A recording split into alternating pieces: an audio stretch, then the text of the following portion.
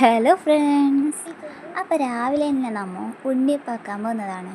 ആരവിൻ്റെ അംഗൻവാടിയിൽ എന്തെങ്കിലും പലഹാരം ഉണ്ടാക്കിയിട്ട് കൊണ്ടുപോകാൻ പറഞ്ഞിന്. നവംബർ 1 കേരളപ്പിറവി ദിനമായതുകൊണ്ടും പിന്നെ പ്രവേശനോത്സവം ഉണ്ട്.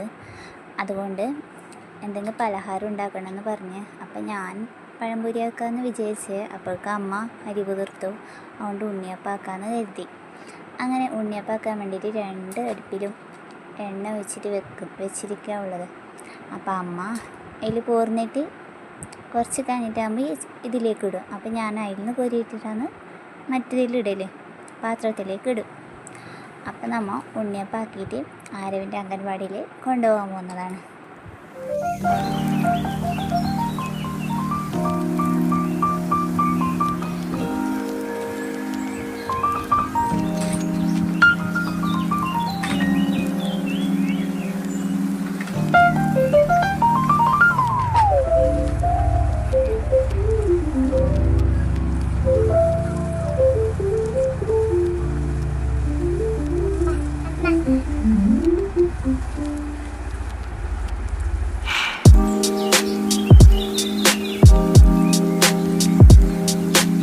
ഉണ്ണിയപ്പാക്കുന്നതുകൊണ്ട് രാവിലെ ചായക്കൊന്നും ആക്കിയില്ല.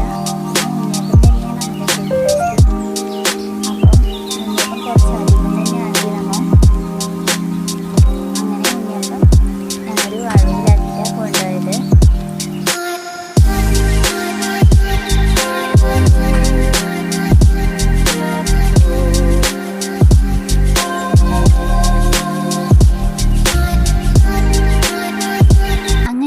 ഒക്കെ ആക്കി വെച്ചിട്ട് ആരവിനെ കുളിപ്പിച്ചിട്ട് ഞാനും റെഡിയായിട്ട് പോകാൻ വേണ്ടിയിട്ട് കഴിഞ്ഞു.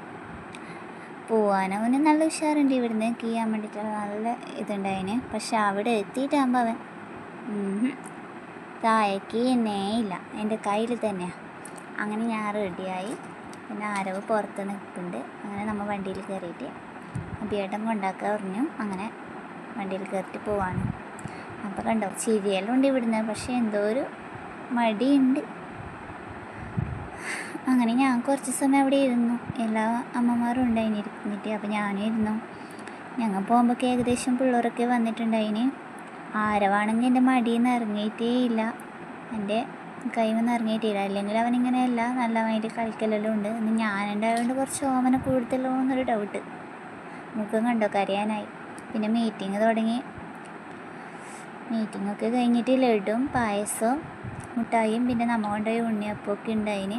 അതെല്ലാവർക്കും കൊടുത്തിട്ട് ഞാൻ അവിടെ നിന്ന് ഇറങ്ങാൻ സമയത്ത് ആരവ് നല്ല കരച്ചിലായിരുന്നു കേട്ടോ.